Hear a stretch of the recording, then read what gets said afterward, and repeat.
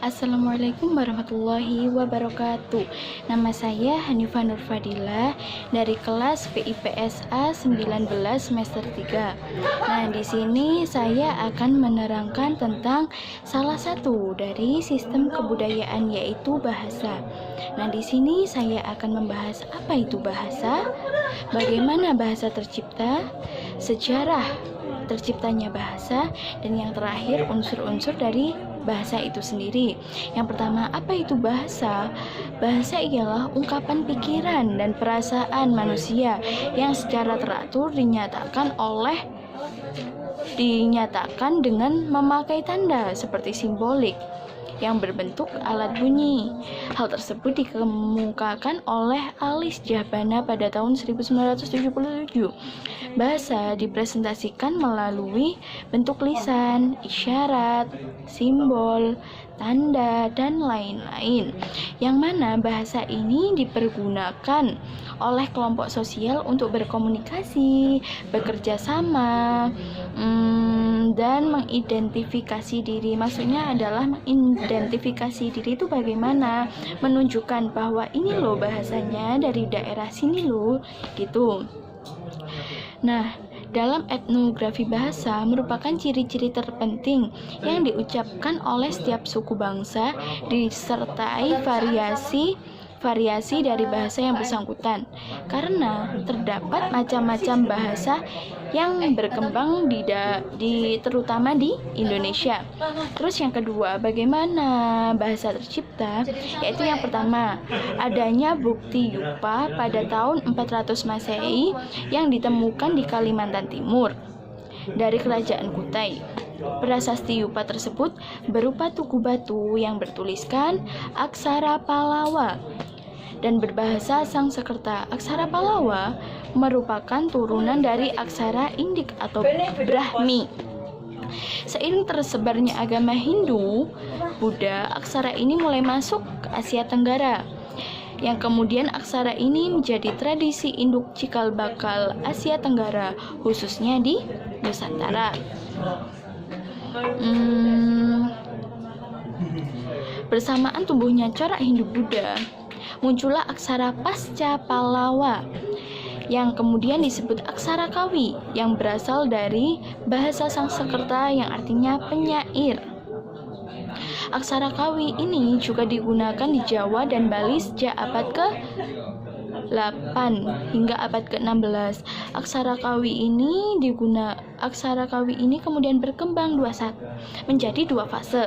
Fase awal yakni pada tahun 750 sampai 925 Masehi yang kemudian menghasilkan aksara awal. Kemudian yang fase kedua ada pada tahun 925 sampai 1250 Masehi, menghasilkan aksara Kawi akhir.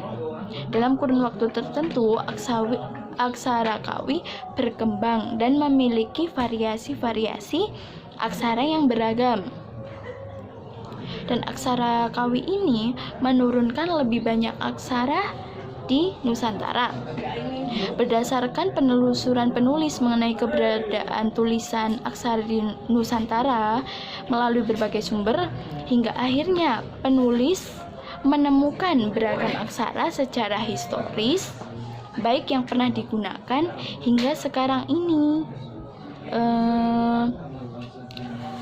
Tradisi tulis ini berakar dari India yang memiliki payung besar dengan nenek moyang aksara Brahmi. Disebut juga dengan Indik atau India. Karena tidak semua aksara berasal dari atau India, jadi aksara dikategorikan menjadi dua, yaitu Indik dan non-Indik, yang mana akhirnya ada pengkategorian lagi seperti yang ada aksara pada zaman sekarang ini kan banyak dari berbagai daerah. Nah, itu merupakan pengkategorian lagi, lanjutan turunan dari dua fase, dari dua turunan tadi, pengkategorian Indik dan non-Indik. Kemudian ada sejarah berbagai bahasa di Indonesia. Nah, di sini saya mengambil aksara Jawa. Aksara Jawa pertama kali distandarisasikan oleh penulisnya pada tahun 1936 yang hasilnya disebut sebagai Wewaton Sriwedari. Setelah itu bermunculan ketetapan dan pedoman-pedoman penulisnya dengan panduan penulis tembung di Jawa oleh Dinas Pendidikan dan Kebudayaan pada tahun 1956, juga oleh Kongres Bahasa Jawa pada tahun 1991. Selain itu, Provinsi Jawa Tengah, Jawa Timur, Yogyakarta juga sama-sama menerbitkan panduan penulisan menyeragamkan penulisan aksara Jawa ini menggunakan sistem penulisan Mardikawi atau aksara Kawi, disebut juga dengan Wewaton Sriwedari tadi. Nah, pada masa lampau, aksara digunakan untuk menulis cerita, sejarah, primbon, dan lain-lain, yang mana media tulisnya dulu memakai kertas-kertas, daun, lontar, dan lainnya. Aksara ini juga menjadi sistem utama bahasa Jawa pada masa kolonial. Legenda mengatakan bahwa aksara Jawa oleh abdinya hingga gugur, yaitu Dora dan Sembada. Aksara Jawa merupakan transformasi dari aksara Kawi yang ortografinya telah tetap pada abad 17. Dan aksara Jawa ini berguna untuk menghafal 20 huruf yang dipakai dalam bahasa Sangsekerta dan bahasa Kawi. Nah, kemudian ada unsur-unsur dalam bahasa ada 5, yaitu fonem, morfem, sintaksis, semantik, dan diskurs. Fonem adalah unsur bunyi ucapan yang bisa digunakan untuk membedakan arti dari satu kata.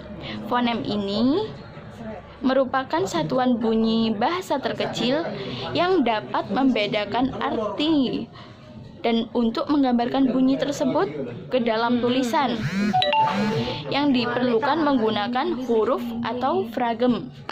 Yang kedua ada morfem, yakni unsur terkecil dari pembentukan kata dan disesuaikan dengan aturan suatu bahasa. Yang ketiga sintaksis, yaitu penggabungan kata sehingga menjadi suatu kalimat yang dapat dimengerti. Yang keempat ada semantik, yaitu mempelajari arti dan makna dari suatu bahasa yang dibentuk dalam suatu kalimat. Kemudian ada yang terakhir